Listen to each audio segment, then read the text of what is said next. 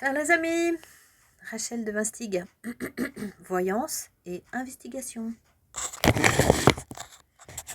C'est-à-dire que ce qui peut m'arriver à l'extérieur, dans les relations, je vérifie avec les cartes. J'ai des intuitions. Mon cerveau, il y a un côté qui me dit des choses, et puis il y a l'autre côté un peu rationnel qui dit mais non, qu'est-ce que tu crois, n'importe quoi, tu te fais des idées, nanana, nanana. Donc qu'est-ce que je fais?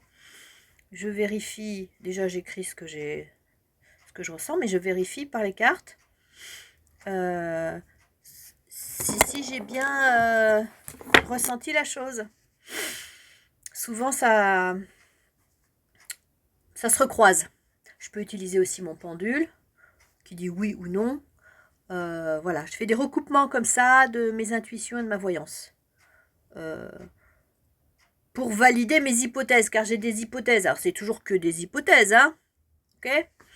Avec la voyance, il faut toujours avoir du recul. Ok ? Parce que la croyance, c'est quand même important, hein. On prend des décisions en fonction de ce qu'on croit. Voilà. Alors, là, en ce lundi 12 février, de quoi je vais vous parler?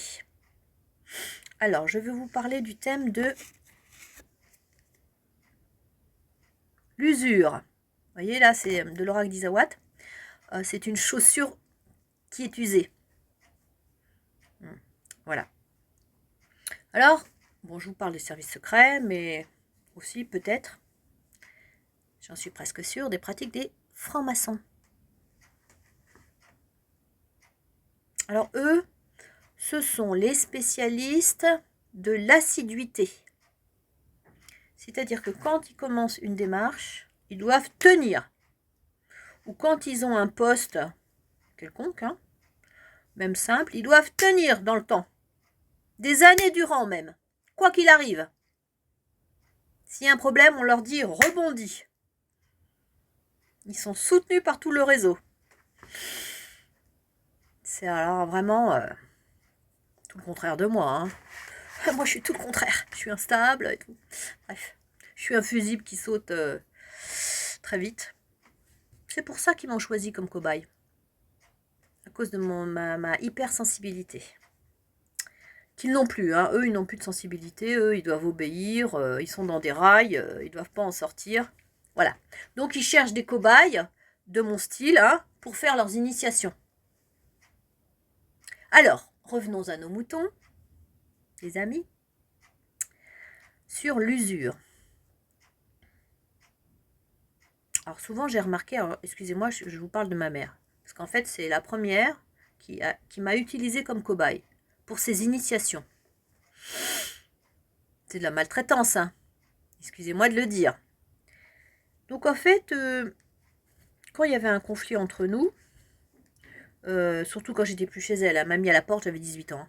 Mais après, un conflit, je sais pas, téléphonique, ou où elle me rejetait, ou... eh bien, jamais, jamais, jamais elle ne s'est excusée. Jamais. Tu vois ? Mais elle a toujours attendu que je revienne. Et souvent, je suis revenue. Et hop, on parle plus de la situation, on met tout sous le tapis. Non, non, ça n'existe plus. C'est comme si les francs-maçons n'avaient pas le droit de s'excuser. Genre, on ne demande jamais pardon. On ne reconnaît jamais ses torts. Tu vois ? Tout ça, c'est pourquoi, à votre avis ? C'est pour garder le pouvoir. Paf. Voilà. Donc, souvent je suis revenue, même 2-3 ans après, etc. Une fois 6 ans après, la dernière fois. Bon là, ça fait 4 ans que je ne l'ai pas vue, mais là j'ai décidé que je ne reviendrai plus du tout. Je ne vous dis pas le mal que ça fait à l'âme. Hein. Quand tu es en conflit avec ta mère, ça te détruit, quoi. C'est vraiment... je le souhaite à personne, voilà. Alors, revenons à l'usure. Ça me fout les boules. C'est pareil pour les grèves, quand il y a eu les grèves avec, au sujet des 64 ans, l'État, donc, hein, Macron et compagnie et toute sa bande, il y a plein de francs-maçons là-dedans. Hein. Donc on fait le choix de l'usure. C'est-à-dire, ah bah ils vont bien se fatiguer, hein. Donc ils laissent pourrir la situation pendant des jours, voire des mois. Là, ils nous ont mis en danger avec les poubelles, hein. Il y a les rats qui commençaient à fouiner partout dans les poubelles et tout. Ils ont mis la population en danger en laissant pourrir la situation avec les éboueurs, les entreprises qui faisaient les grèves des poubelles là. Ils ont fait le choix.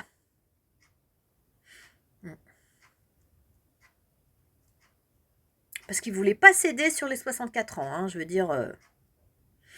Donc, puis ils ont gagné. Voilà, ils ont gagné grâce à leur usure. Ils ont un très grand pouvoir avec ça. Bon, alors, pareil, les autres personnes qui ont été en initiation avec moi, des amis, hein, pareil, genre, la personne te fait du still face à un moment donné, alors qu'il a été ton ami. Il a tissé un lien, il a fait tout un travail pour que tu deviennes son ami, hein, en étant à la porte d'une réunion avec son petit chien, là, un certain Jérôme. Et puis, quand une fois le lien est fait, que tu te dis « Ah oui, celui-là, enfin, il est sympa, enfin j'ai un ami et tout », eh bien, un jour, tu t'arrives en réunion, et puis d'un seul coup, il ne te parle plus. Il ne te regarde même pas. Alors là, moi, quand j'ai vu ça, j'ai dit « Hein ?» Bon, comme j'avais l'habitude, j'ai dit « Bon, d'accord. » Donc, je ne vais plus parler. Il ne me parlait plus, bon. Je ne fais aucun reproche, hein. Je ne suis pas tombée dans le « Ah, mais tu ne me parles plus, qu'est-ce qu'il y a ?» J'aurais dû, hein. En tant que cobaye, j'aurais dû lui demander des comptes, mais pourquoi tu me parles plus, nanani, nanana. Ça aurait validé le lien, tu vois. Il aurait eu un 20 sur 20. Ça y est, elle est sous emprise. Jérôme, t'as un 20 sur 20. Ok, cette initiation-là, c'est bon, tu l'as faite. Tu peux grimper dans la hiérarchie, sauf que moi, non. J'ai rien dit, j'ai rien fait parce que j'ai l'habitude maintenant. Hein. Et alors, quelques mois plus tard, il s'est remis à me reparler, comme si de rien n'était. Et puis aussi, quand il donnait des témoignages, il se faisait une justification, un truc comme ça, pour que en fait, je pardonne en entendant son témoignage. Le but, c'est toujours de revenir sans demander pardon. Voilà, pour que tu oublies l'événement. Voilà, comme ça, ils font. Les francs-maçons, ils font comme ça. C'est tout le contraire des chrétiens. Nous, les chrétiens, on fait pas ça. Hein. Nous, les chrétiens, on va voir l'autre, on lui dit « mais excuse-moi, je te demande pardon », l'autre, on se demande pardon, et puis on retrouve le lien d'égalité et de respect. Maintenant, avec les francs-maçons, c'est pas comme ça que ça se passe. Voilà. C'est tout le contraire. Bon, bah là, 8 minutes 27. Voilà, les amis, je vais m'arrêter. Je vous souhaite donc une très bonne journée. Et puis, quand vous sentez que ceux d'en face ont choisi l'usure, réfléchissez à 2 fois. Hein.